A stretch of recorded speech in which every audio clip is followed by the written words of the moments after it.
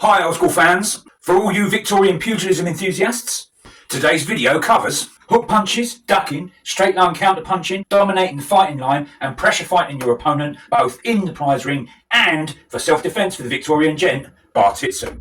And building on a previous video, the bare knuckle back fist, clinch work and standing grappling, and just as you saw in the last video, the milling guard is now the engine. Hooks, counters, ducking, footwork, collapse space and create deliberate entry into grappling. This is not modern boxing combinations. This is pugilistic pressure fighting, attritional, positional, and inevitably effective. I'm Dan, the old school conditioning man. Let's get ready to rumble. So first, let's have a look at hook punches and how to throw them. Firstly, looking at the long hook punch of Le Boxe Français, or Savate, using Joseph Chalmont's 1899 manual. And as you've seen here, thrown off a feint from the left hand, and is a longer armed swinging punch, often delivered with a near straight arm designed to travel quickly across the opponent's line of sight and into their space. Chalmont emphasises shoulder rotation, body movement and deception rather than compression of the arm. Due to the bent posture of the wrists, this punch is best aimed at softer parts of the skull, the cheeks, the jaw or the neck. Also, the Savate hook naturally doubles. One swinging punch feeds into the next, advancing the fighter forward with a lunge while maintaining flow. The arms move freely, the body follows, and space begins to close without committing fully inside. The length of the punch allows it to feint, probe, and draw reactions while keeping the fighter mobile and difficult to read. Applied to the body, these long swinging hooks strike the ribs, flank, or solar plexus while preserving mobility. The aim is disruption, breaking posture, breathing, and rhythm while pressing forward relentlessly. We now move to the English hook punch as used in bare knuckle prize fighting under the London prize ring rules and in international boxing. Unlike the long swinging hook of Savate, the English hook is shorter, more compact and delivered with a significantly bent arm. This hook punch is designed for damage at close range. Legal targets under London prize ring rules include eyes, temples, ear, neck and jaw, as well as liver, spleen, the ribs and if the opponent's offline, the solar plexus. Notice how the arm is bent sharply at 90 degrees. This allows the punch to move efficiently inside the guard, while maintaining structural integrity for greater impact force. Power is generated not only from the arm, but from the rotational force of the body and especially from the legs. Pivoting on one leg while swinging the opposite in a circular motion transmits body weight directly into the strike. This is what allows the compact hook to deliver devastating force without overextending. English hooks are designed to dominate once the distance is closed, wearing the opponent down through attritional pressure while preserving balance and readiness for follow-up attacks. We now advance. Victorian prize fighters rarely retreated from danger. They close distance, forcing the opponent to react under constant threat. The purpose is not to flare, it is to control. Each step forward collapses space, removes breathing room and limits the opponent's ability to rest, or even react defensively. The hook's power continues to come from rotation, but also from leg drive. As you advance, the hooks are not slower or less precise. On the contrary, momentum adds weight and inevitability. The opponent is pressured continuously, forced backwards, off balance, and into a defensive rhythm. This is the essence of attritional fighting under the London prize ring rules. Forward pressure combined with strategic targeting, each punch is a tool of domination, not merely a strike. Forward pressure alone is not enough. Without evasion, you are vulnerable. So here we'll look at a drill that teaches us how to duck an opponent's punch, using the rope to simulate the opponent's hook punch, while continuing to advance along the rope and ending up on your opponent's offside. Notice how each duck is coordinated with footwork. When evading the left hook, bow slightly forwards, pushing off your left leg and stepping laterally across with your rear right foot. Then as you stand up on the opposite side of the rope, your left leg is brought across and stepped forward. This positions you to maintain balance, advance and to create openings simultaneously.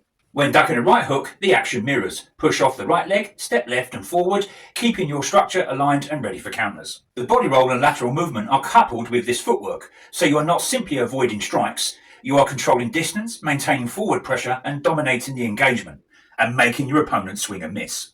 This can also be done in retreat or reverse. As you move back down the rope, the same principles apply. Each missed hook costs the opponent energy, disrupts his rhythm, and contributes to attritional fatigue. By coordinating ducking with stepping, evasion becomes active rather than passive. You remain balanced while advancing and constantly positioned to counter, punch your opponent, whilst constantly sticking to him like glue and applying forward pressure. Ducking is the hinge between defence and offence. Proper footwork ensures that evasion is tactical, controlled and immediately convertible into attack. So far we've seen how to throw the hook punches of Savate and English or international boxing, how to duck your opponent's hooks. So the next logical step then is how to combine straight line counter punches with the duck.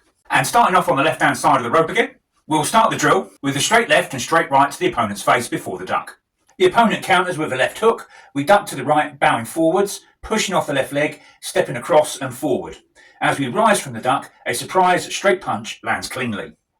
This places us on the opponent's offside. Our fighting line faces them directly while their line is offset, creating an immediate tactical advantage. After our straight counter punch lands, if the opponent counters with a right hook, we just repeat the action in the opposite direction. We duck, push, step across, rise, and then a straight counter punch and continue advancing. Forward pressure never breaks. Even when retreating, the same mechanics apply. Evasion, line control, and counter pressure convert defensive movement into offensive dominance. This drill demonstrates how angle control emerges naturally from correct ducking and footwork. The opponent is forced to turn, reset, and react under continuous attritional pressure. And lastly, but inevitably, we'll look at putting everything together into 4-punch pressure fighting, crowding, and entry to grappling. Integrating all previous mechanics, straight punches, hook punches, ducking, footwork, angle dominance, into a single continuous pressure drill that overwhelms the opponent and creates striking or grappling opportunities. This final drill brings everything together. All the principles and mechanics demonstrated so far remain unchanged. Straight punches, ducking, hook punches, evasion, footwork, control of angles, and constant forward pressure. And with the integration of 2 hook punches into this drill, we now deliver 4 punches in succession, striking the opponent's body and head from multiple angles and sides, eroding his defense, making ourselves harder to hit, and to multiply our own chances of landing hard landing strikes. And with this drill, the opponent is pressured continuously, with straight punches targeting the head and face, hook punches targeting the body while we duck, and then as we stand up out the duck, our last straight punch to the face before repeating the procedure. This drill is not merely a combination of evasion and striking, it is a method of dominating the opponent. The opponent is forced to defend without pause, unable to reset, posture, regain balance, or establish their own fighting line. Under this attritional pressure, breathing breaks down, composure deteriorates, and reaction times slow. And equally importantly, this drill does not require both or any hooks to be thrown. The duck and the forward pressure alone can be used as an entry into grappling. By crowding the opponent and gaining access to the waist, clinch work and throws become available, all covered by strikes, evasion and movement. And this reflects the reality of fighting under the London prizing rules, where striking, grappling and throws existed as a single continuum, governed by pressure and control rather than isolated techniques. So in conclusion then, although we have broken down today's video into component parts and walked through it in slow time so you can get an understanding of how and why it works, this doesn't work at this pace. This has to be done fast, and it is about speed. But not speed as haste, but speed as decision, the ability to act decisively under pressure whilst denying your opponent time, space and structure. What you have just seen is not a sequence of drills nor a collection of techniques. It is a unified method of pressure fighting, one that governed bare-knuckle prize contests under the London prizing rules and equally served the needs of the Victorian gentleman facing real violence on the streets of Victorian London. Hooks, straight punches, ducking and footwork are not isolated actions. They are interdependent tools designed to collapse space, dominate fighting lines and force an opponent into continuous reaction. Every advance removes options, every duck creates position, every counter reinforces control. This is why pressure is victory. Under sustained attritional pressure, posture fails, breathing breaks, rhythm collapses, and judgment deteriorates. The opponent is not defeated by a single blow, but by the accumulation of correct actions applied without pause. And so this same logic governed the instruction at the Bartitsu School of Arms. Students were not trained to trade blows or chase speed for its own sake. They were taught to conserve energy, maintain structure, and impose order on chaos, using strikes to create openings, openings to crowd space, and crowding to enter clinch, throws and control. And thus evasion becomes offence, defence becomes position, striking becomes a shield for grappling, whether in the prize ring or in civilian Victorian self-defence of old London town. The outcome is the same. The opponent is forced to work, forced to react, forced to fight on your terms. And in our next video, we extend these principles beyond empty hand striking and into their natural Victorian self-defence expression, Bartitsu cane. We will examine how forward pressure, line dominance and attritional control are applied through sequential cane point attacks to close striking distance, dominate the fighting space and collapse an opponent's structure and ability to respond.